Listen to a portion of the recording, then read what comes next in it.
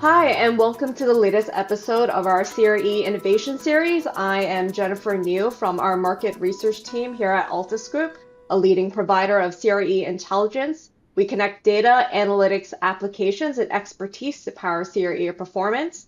I'm excited to dive into today's discussion, where we're exploring how health, sustainability, and technology are changing the way real estate is designed, operated, and experienced. Our guest, Carrie Denning Jackson, is the Director of Innovation and Sustainability at Jamestown, a global real estate investment and management firm known for landmark projects like Times One Square, Chelsea Market, and Ponce City Market. At Jamestown, Carrie leads pilots with new technologies, drives sustainability initiatives, and works to create places that are not only more efficient, but healthier and more engaging for the people who use them. She also founded Place as Medicine, a platform that reframes the connection between the built environment and human health. Carrie, welcome. Hi, thank you. This will be fun. I'm excited. Yeah, it's a pleasure to have you today. So let's just dive right into the questions. You had such a varied career from urban planning to angel investing, serving on the board of the Nature Conservancy, leading innovation at Jamestown, and launching your passion project, Place as Medicine. Can you give us a snapshot of how these experiences connect and shape the work you do today?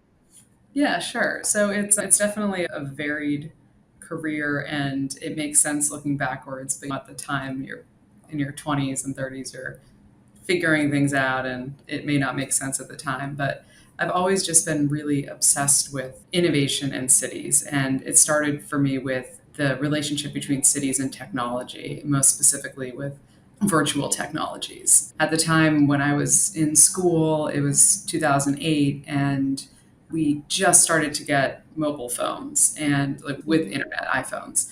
And we were trying to figure out what's the impact? What is that going to be? And there were a lot of people at that time talking about how the internet is going to mean we don't need offices anymore, physical offices. We'll be able to work Mm, anywhere we want.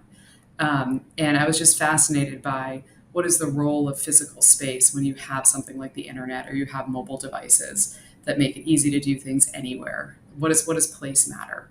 And I studied that, and I ended up writing my undergraduate thesis on the New York Stock Exchange and what was the point of a physical building to do trading when you had electronic exchanges, and what was the reason for that. And what I ended up landing on was, of course, there's a reason. There's a reason physical places matter. People want to go to a physical place when they IPO their company. There's theatricality with it. It's drama. It's exciting to get a picture there. We drape the New York Stock Exchange with the American flag at special moments of the year because it has a patriotic element to it. So, um, what I was getting at and studying and excited about was really what is place in a world of digital technologies. And it really, through the research, just underscored the importance of place. But all of that, that's continued. And here at Jamestown now, I focus on a mix of innovation and sustainability. And in thinking about innovation in physical spaces, you can't not touch sustainability. It's just so critical.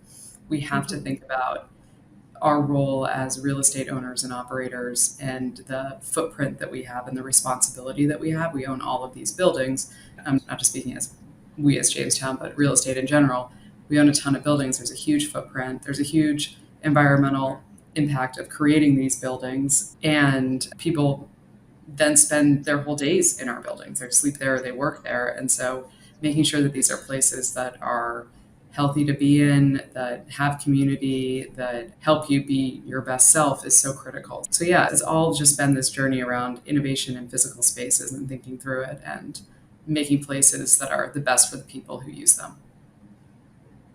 Yeah, and especially now, I feel like that topic is more important than ever. Now that we're at like this kind of inflection point where we're discussing this return to office and these very contentious conversations surrounding remote and hybrid work, it seems like the office as a physical space has been in more discussion recently. Definitely. Yeah. I think I was just on a phone call with a few people earlier today, actually prepping for a panel on this topic on health and sustainability. And we were talking about now with these return to work mandates, it really does shine even more of a light on why you want to go to a physical space. Why do you want to commute an hour and put on real clothes and like pack a lunch? Why do you want to do all these things? And you need to make it really attractive to people and make it a place that feels good for them. And I think making sure people feel good in their physical space is so critical. Like making sure there's great access to green space. It's walkable. There's good light coming in and out.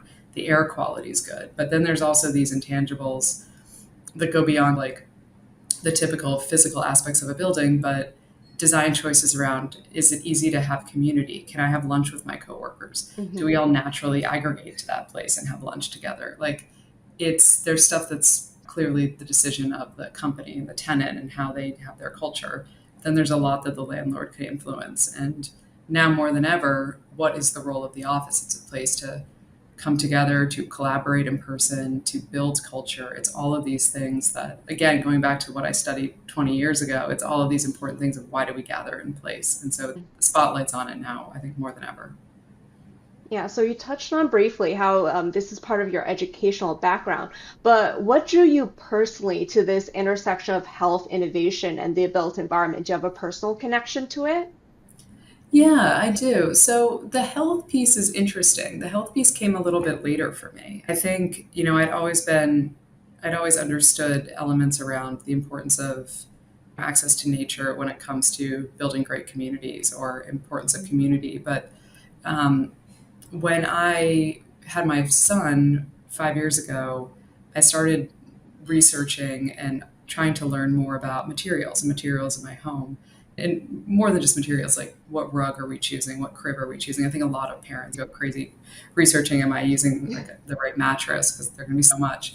And so I started going down the rabbit hole and I realized that despite being in this profession for so long, I had really no insight, very little insight into the quality of not just the furnishings in my home, but also the insulation, the paint, ventilation, really understanding the relationship between the places where I spend 90% of my time. We spend 90% of our days indoors. And Mhm. I didn't feel like I had a real understanding of that and how it tied to my health and just how I generally feel. So the personal connection was definitely spurred when I became a mom. But then when I realized I looked around and I asked questions and I talked to people, there are tons of people doing really interesting stuff in this space, including at Jamestown. And so it's been a really exciting learning process and also exciting to collaborate with these teams. Yes, absolutely. So, given our expertise in valuations at Altus Group, I can't resist asking a value-focused questions. So, buildings are usually valued on location, design, and revenue potential.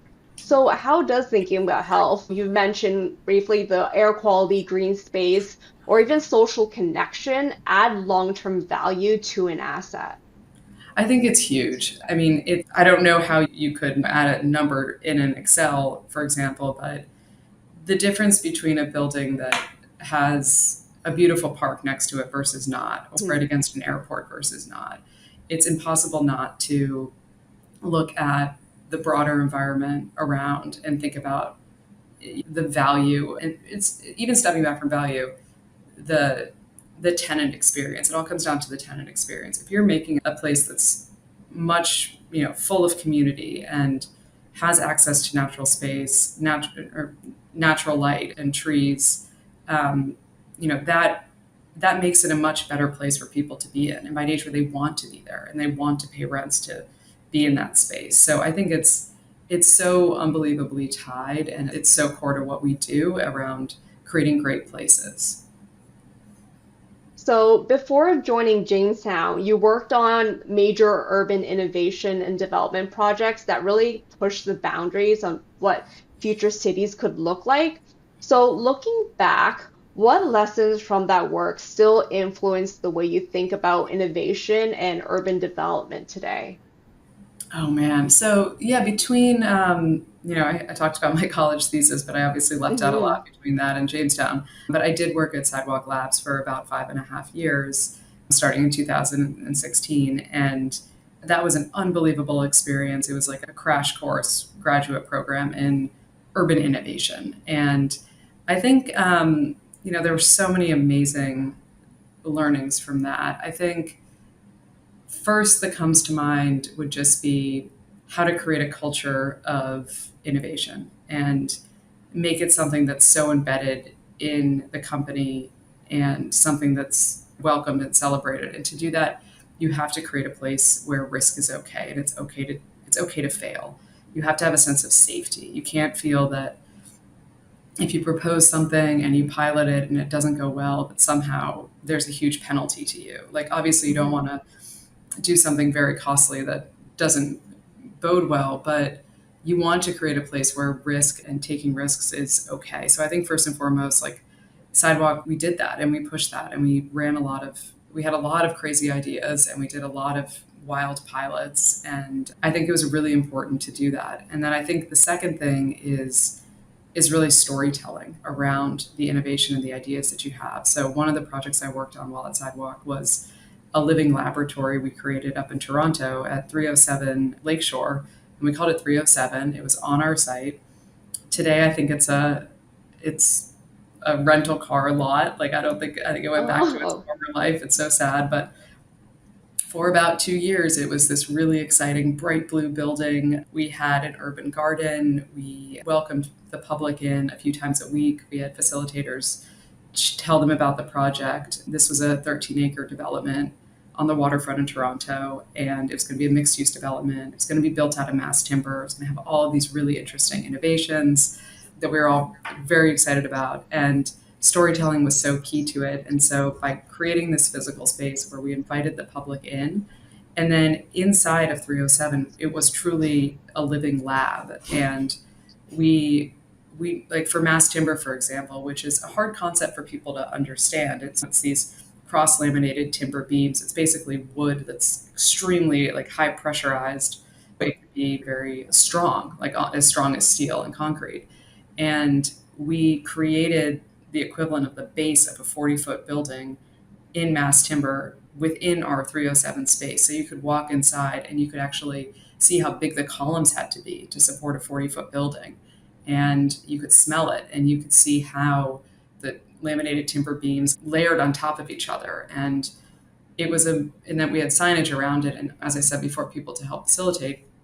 And we did that for all of our projects. Like we had this idea of a building raincoat, which was much maligned in the press mhm. for good reason. It had its faults, but this was a pilot, it was an experiment. And the idea was, could we create a raincoat for the building? This, you could call it plastic, it was ETF, this layer that lived on the outside of it such that you could spend more time outdoors along a building in the shoulder seasons of the year. So could you, through some architectural and design elements, make it more enjoyable for people to be outside? And the idea of the building raincoat was it was this more technological, maybe bigger advance over an awning, like, just a standard awning.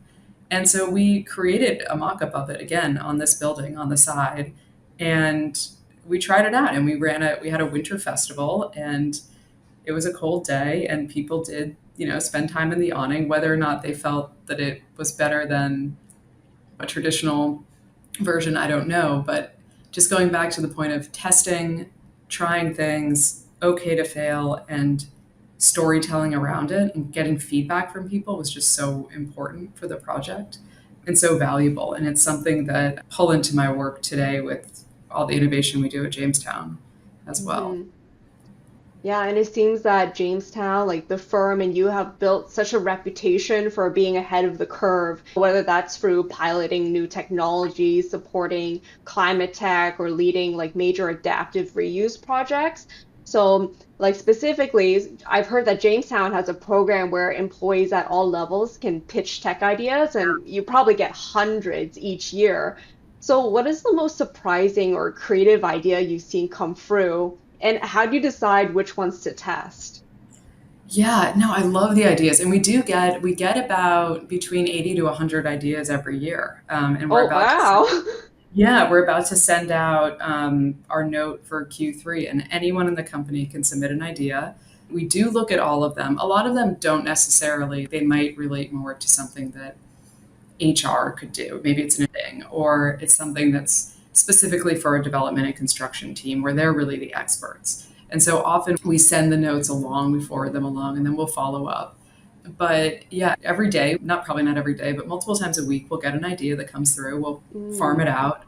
Every quarter, we look at them, we write them up, and then we award a winner, and the winner gets $500. So it's not an insignificant amount. Yeah, But yeah, absolutely.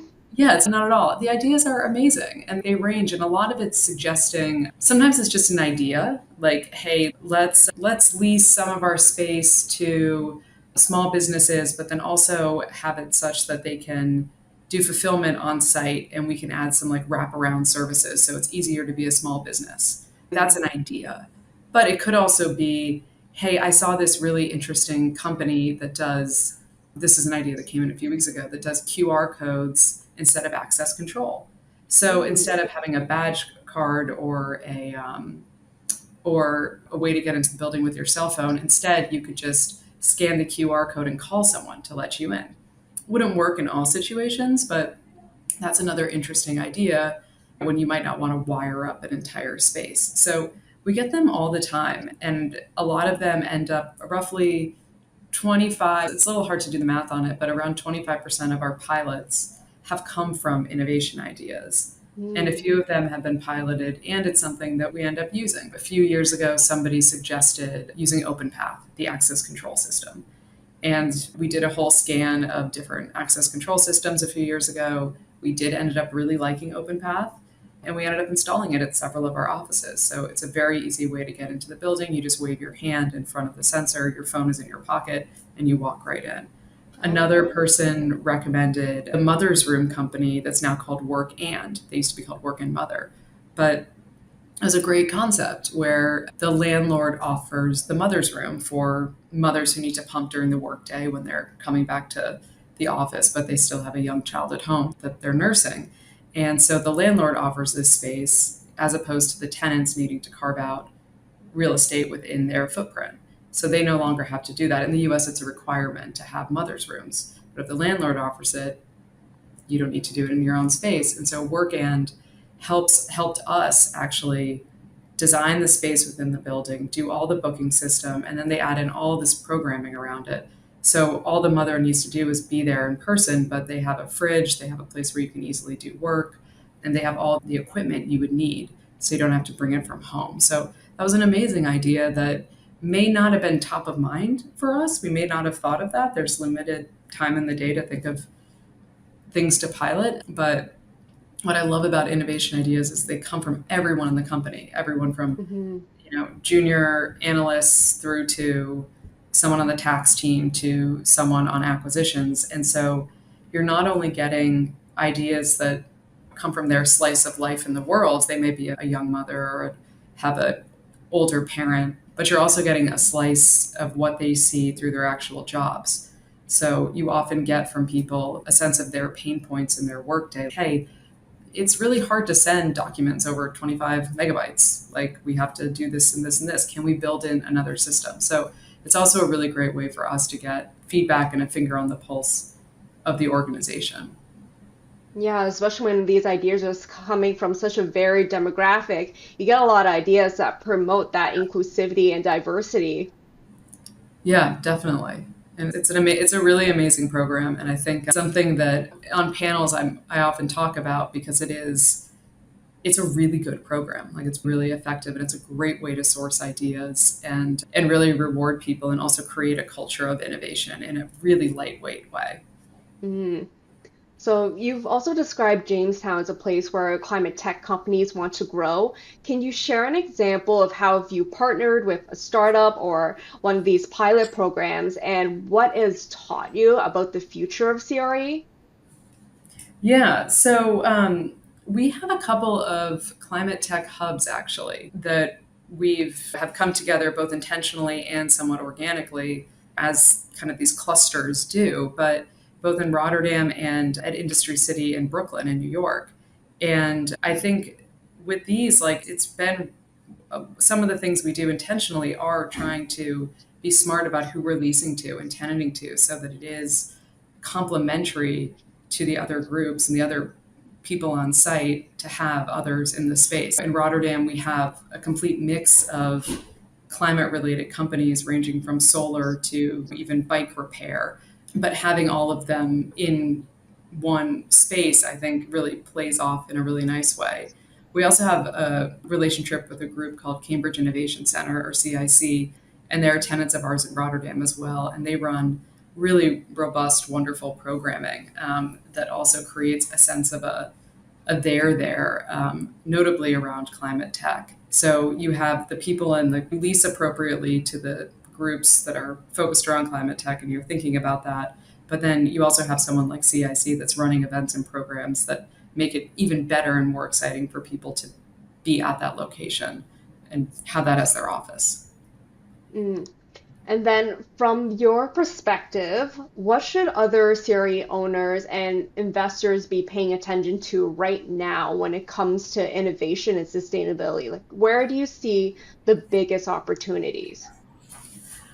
I I think a really big one with sustainability, especially in the US, is around energy efficiency. You can't ignore it. Utility prices are high, they're increasing. So I think anything you can do around energy efficiency is so critical. It affects bottom line, and in most cases it'll reduce carbon.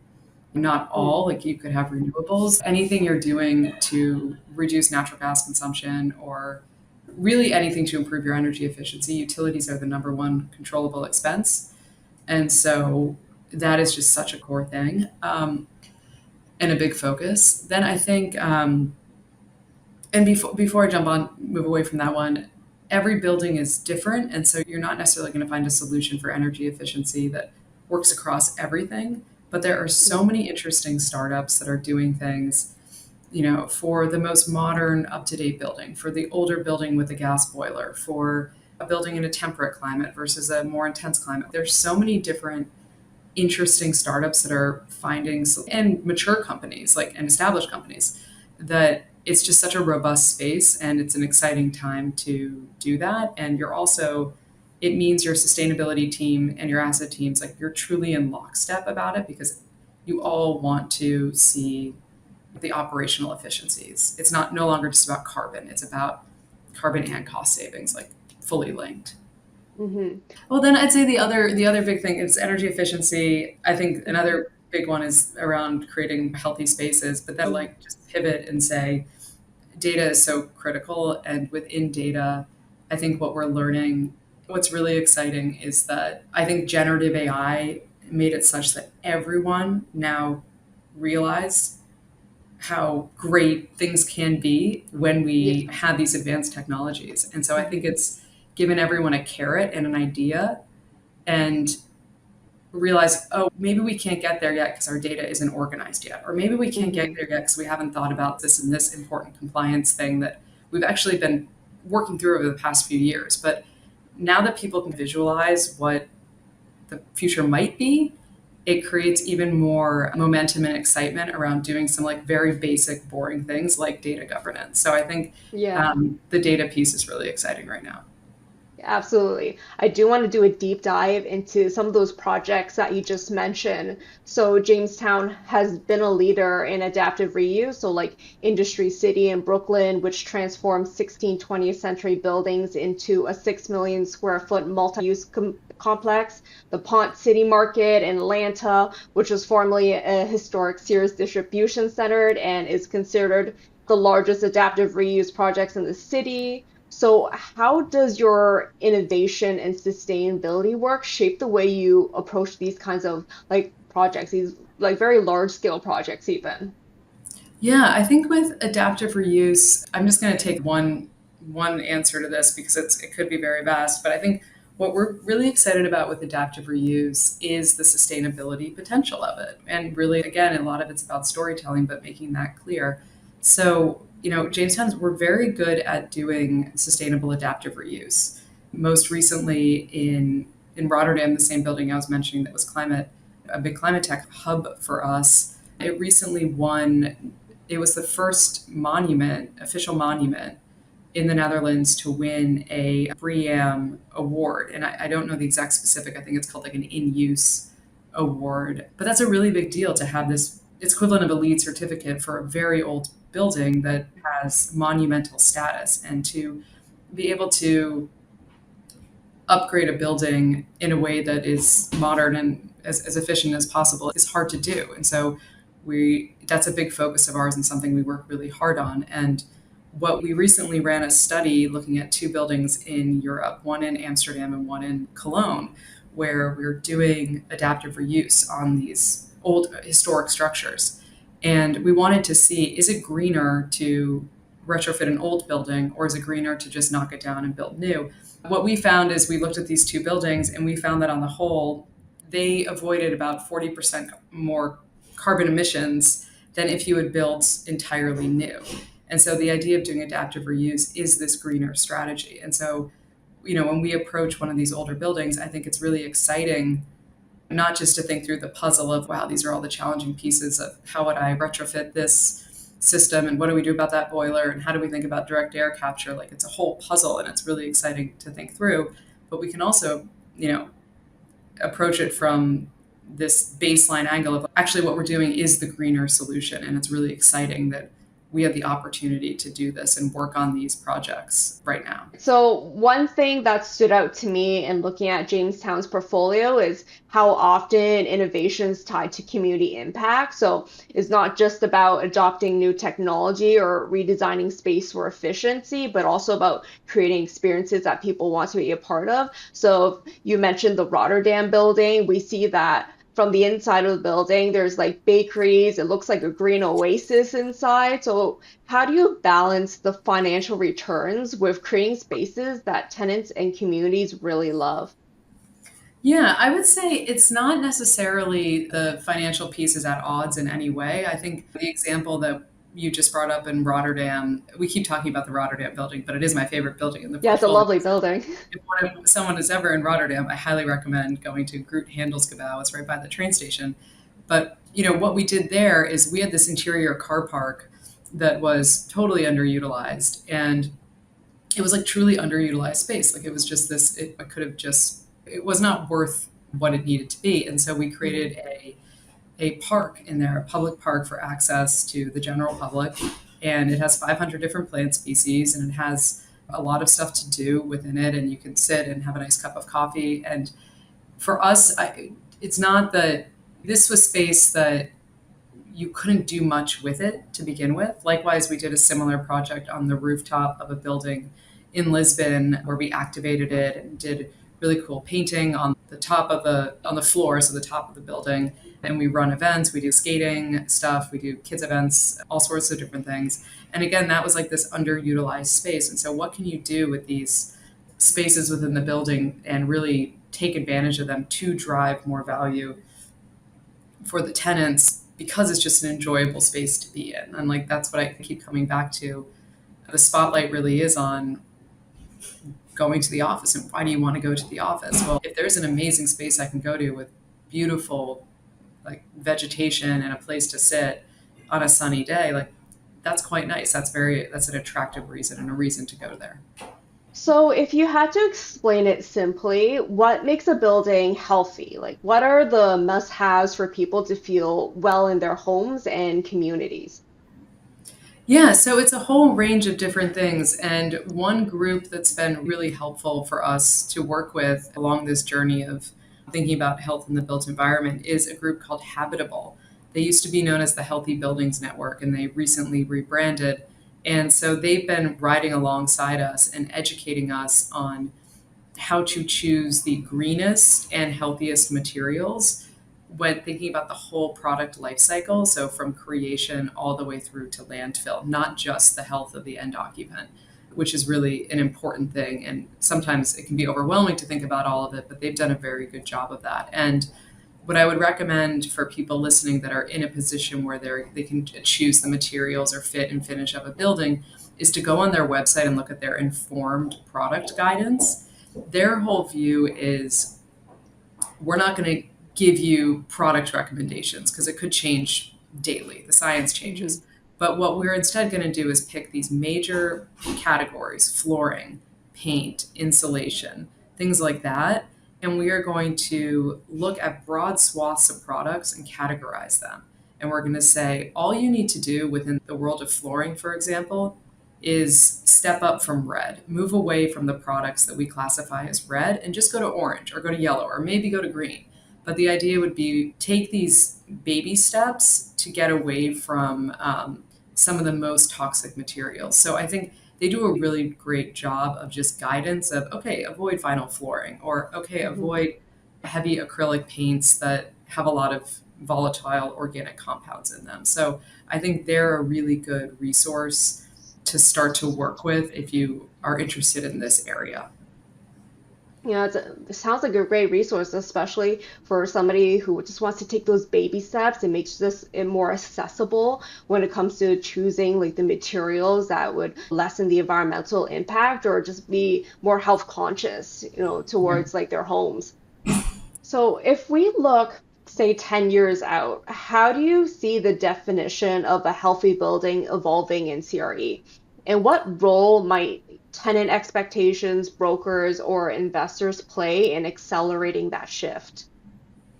Yeah, I think that in 10 years out, it's a good question. I think I go back to the stat that we spend 90% of our days inside.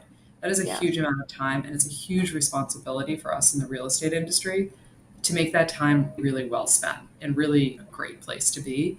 And so I think, how can we really focus on that? We think a lot about what we eat, but we don't think about a lot about what we put our bodies in. And so in 10 years, my hope is that we really think about materials that don't harm anyone in production, don't end up just in landfill, that they're not off gassing. It's a really healthy place for me to be in, that we have, again, access to nature, that these are places where we really want to spend those 90% of our time. Okay, Carrie, it's been a pleasure talking with you. So before we end things off, do you have any resources for our viewers who want to learn more about health, innovation, and sustainability? Yeah, definitely. I have a couple. I mentioned Habitable earlier, so I think that their informed product guidance is really fantastic. Other ones I would recommend, I think Joe Allen's Healthy Buildings is a real look at. There's a lot on air quality, and also just thinking again around the relationship between the built environment and health. There's a book called The Nature Fix by Florence Williams that's all about the power of getting into nature, and she is excellent. It's a wonderful book. And then the last one, more on the AI front, is one called The Most Human Human. And I Mm. believe the author's name is Brian Christian, but I'd have to check that. But it is a fantastic book that really gets at how humans think and process and some of the philosophical questions that we're currently grappling with AI. And so I think that's a really interesting one. Yeah, that sounds lovely. So, thank you for joining us in the sixth episode of our Siri Innovation Series. We hope you enjoyed this discussion with Carrie Denning Jackson from Jamestown. You can follow Carrie on LinkedIn to keep up with her work in sustainable CRE innovation and her pioneering work at the intersection of health and real estate development. And if you found this conversation insightful, please be sure to like and subscribe. Stay tuned for our next episode where we'll explore more areas of innovation in CRE. All right, thank you, Carrie. Thank you. This was fun.